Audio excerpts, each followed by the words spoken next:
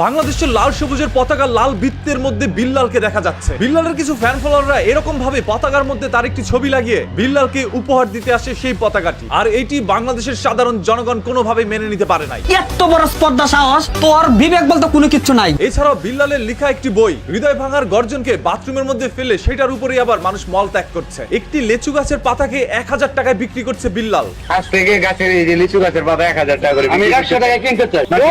বিক্রি করছে তার পরনে থাকা স্যান্ডেল, এটা সর্বোচ্চ দাম হবো বিক্রি করে দিব, মানে নিলামে তুলবো। বিক্রি করছে তার ব্যবহৃত শার্ট, এই যে শার্টটা বিক্রি করে দিব। অনেকেরই দাবি এইভাবে তার কাপড় চোপড় সবকিছু বিক্রি করে তিনি জামা কাপড়হীন অবস্থায় অন্য কোনো সাইডে কাজ করতে যাচ্ছে, সেখানে কাপড় চোপড়ের দরকার নাই, যত খুলবে তত ইনকাম হবে। 3 মাসে ইনকাম করছে 44 লাখ, এটা সবাই জানে। থটস অফ বিল্লালকে নিয়ে জুয়েল ভাই একের পর এক মন্তব্য করে যাচ্ছে। তার দাবি বিল্লালের স্মৃতিশক্তি হারিয়ে ফেলেছে। ও উল্টাপাল্টা কিছু খায়, ওর কাছে কেউ নিরাপদ না। কয়েকদিন আগে ওর বউকে পিটাইছে না। আমি ওকে সবসময় বলি যে বিল্লাল তুমি ওগুলা খাওয়া বাদ দাও, তোমার লাইভে আসলে তোমার চোখ মুখ দেখেও বোঝা যায় যে তুমি কি খেয়ে থাকো। এখন অসুস্থ মস্তিষ্ক, বিকৃত হয়ে গেছে তার মস্তিষ্ক। অন্যদিকে বিল্লালের দাবি জুয়েল ভাইয়ের পারিবারিক শিক্ষার অভাব রয়েছে, জুয়েলের পারিবারিক শিক্ষার অভাব, আর ডান হাত দিয়ে চুদলিং পং করতেছে, এবং তিনি মানুষের উন্নতি সহ্য করতে পারে না। মিস্টার জুয়েল, মানুষ যে প্রতিহিংসা পরায়ণ হইলে সুস্থ মস্তিষ্ক বিকৃত হয়ে যায়, অসুস্থ মস্তিষ্ক জুয়েল তার একটা বাস্তব প্রমাণ। এইগুলো দেখে জুয়েল ভাই আবার বলছে বিল্লালের একটি বইয়ের মধ্যে মাত্র 4 লাইন লিখেছে, আর এই বইটি বাজার মধ্যে বিক্রি করা হচ্ছে 1000 টাকা, যেটা লিখতে তার খরচ হয়েছে 100 টাকা। একটা পাতার মধ্যে লাইন আছে 4টা। এই বইটার দাম 1000 টাকা হয় কেমনে? এটা বলতে গিয়ে তিনি একটি ধর্মীয় গ্রন্থ তার বাম হাতের মধ্যে নিয়ে ফেলেছিলেন, আর সেটাকে কেন্দ্র করে বিল্লাল আবার এইভাবে তাকে পচালেন। বাম হাতে একটা ধর্মীয় বই আর ডান হাতে দেয়া হইতেছে চুদলিং পং। মানে একে অপরকে পিছন দিয়ে বাস দিতে দিতে তাদের পশ্চাৎ সেটার আকৃতি নিচ্ছে ব্ল্যাক হোলের মতো, যা চুষে নিচ্ছে প্রত্যেকটি ভালো মানুষের স্মৃতিশক্তিকে, আর বিকৃত মস্তিষ্কের অধিকারীগুলোই তাকে প্রতিনিয়ত ফলো করে যাচ্ছে। মুত্তা পানি নাই কিনা সন্দেহ। একদিন সকালবেলা বিল্লালের ঘুম ভাঙে ঠিক এইভাবে, আশেপাশে মানুষজন দিয়ে ভরে যায়। বিল্লালকে ডেকে তুলে ঘুম থেকে যে যার যার সাহায্য নেওয়ার জন্য হাত বাড়ায় তার দিকে, তখন তিনি তাদেরকে অপমান করার জন্যই একের পর এক বাজে মন্তব্য করতে থাকে। এরপরেও যেন চিনির গন্ধ পাইলে পিঁপড়া তার পিছনে দৌড়ায়। তুমি তো আসছো কালকে ভিডিও ভিউ হয়েছে এই কারণে না, মানে বাসাতে আসতে নিষেধ করে ইউটিউব দেখেন না ভাই, কিসের জন্য নিষেধ করে যে বাড়িতে আসতে? ভাই তোমরা কি মানুষের বাচ্চা? কি রে ভাই, আমাকে বাড়িতে থাকতে দিবা না? আপনি খুব ভালো নিজের মনে করতেছেন, আমি তো নিষেধ করতেছিলাম যে আপনারা আসেন না। ভাই তোমার সমস্যা। বিল্লাল যেইভাবে বোঝানোর চেষ্টা করুক না কেন, ভাই আমারও তো একটা জীবন আছে, আমাকে একটু ঘুমাইতে দেন, তারপরও মানুষ বোঝে না। যে যার যার স্বার্থ মোতাবেক বিল্লালের পিছনে লেগে থাকে। দেখেন, আমিও একজন কন্টেন্ট ক্রিয়েটর হয়ে কখনোই চাইবো না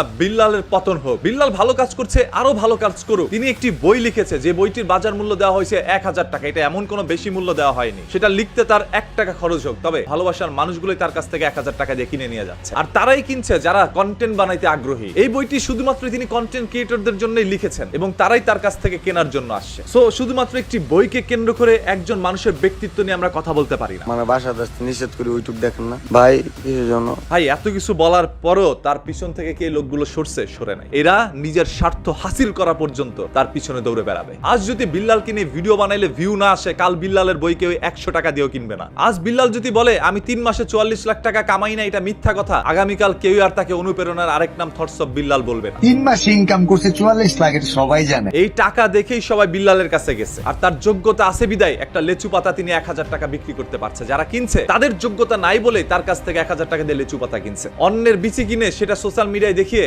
ভাইরাল হতে আইছেন। আপনি বিল্লালকে অনুসরণ করে তার মতো করে কথা বলে যদি আজ ভাইরাল হন, আজ জীবন মানুষ বলবে আরে এই লোকটা তো বিল্লালের কাছ থেকে কপি করে তারপর উঠছে। নিজের যোগ্যতা, নিজের ক্রেডিট বলতে কিচ্ছু থাকবে না। যেই ব্যক্তির এই সমাজে কোনো সম্মান নাই, যেই ব্যক্তির নিজের কোনো ব্যক্তিত্ব নাই, সেই ব্যক্তির আবার কিসের এত টাকা পয়সার অহংকার? তুমি জাতির কাছে ক্ষমা চাও। এই যে থটস অফ বিল্লালকে আপনারা যেইভাবে বিরক্ত করেন এবং তার কাছ থেকে অপমান স্বরূপ কথা শুনেন, সেইগুলো শোনার পরও আপনারা কিন্তু তার পিছনে গিয়ে দৌড়ে বেড়ান। আজকে থটস অফ বিল্লাল 1000 টাকা একটি লেচু পাতা বিক্রি করছে, কালকে যদি বলে আমি আমার গু বিক্রি করব 1 লক্ষ টাকায়, সেটা আপনারা কিনে নিয়ে আসবেন। যদি শোনেন সেই গুটা খাইলে ভাইরাল হওয়া যায়। আর নারীদের কথা মাথায় আসা মাত্র আরেকটি কথা মনে হলো, বিল্লাল যেখানে বলছিল জুয়েল ভাই তার বউকে দিয়ে ব্যবসা করে, তার বউকে সোশ্যাল মিডিয়ার মধ্যে দেখায়, ভিডিওতে এনে টাকা ইনকাম করে, এই কথাটা মিথ্যা না। জুয়েল ভাইয়ের ওয়াইফের একটি ফেসবুক পেজ রয়েছে যেখানে তিনি প্রতিনিয়ত ভিডিও আপলোড করছে। এছাড়াও জুয়েল ভাই তার বউকে নিয়েও ভিডিও বানায়। এখন এই জিনিসটা অনেক নেটিজেনরাই খারাপ ভাবে নিচ্ছে, যে আপনি বউ ব্যবসা করে আরেকজনের বিপক্ষে আবার কিভাবে কথা বলেন। আসলে সোশ্যাল মিডিয়ার মধ্যে যারা কাজ করে কেউই দুধের দোয়া তুলসী পাতা না ভাই, আর দুধ দিয়া তুলসী পাতা ধুইলো সেটা কিন্তু তিতেই থেকে যায়, সেটা মিষ্টি হয় না। আমি বিল্লাল ভাইয়ের কাছে একটা অনুরোধ করবো, ভাই কন্টেন্টের মাধ্যমে আমি আপনাকে যাই বলি না কেন, ব্যক্তিগতভাবে আমি আপনাকে পছন্দ করি, আপনি অনেক ভালো কাজ করেছেন এবং অনেক স্ট্রাগল করছেন। আপনি যেখান থেকে উঠে আসছেন এটা অনেক বড় কিছু, আপনার কাছ থেকে আসলে মানুষ ইন্সপিরেশন পাবে। তাই বলবো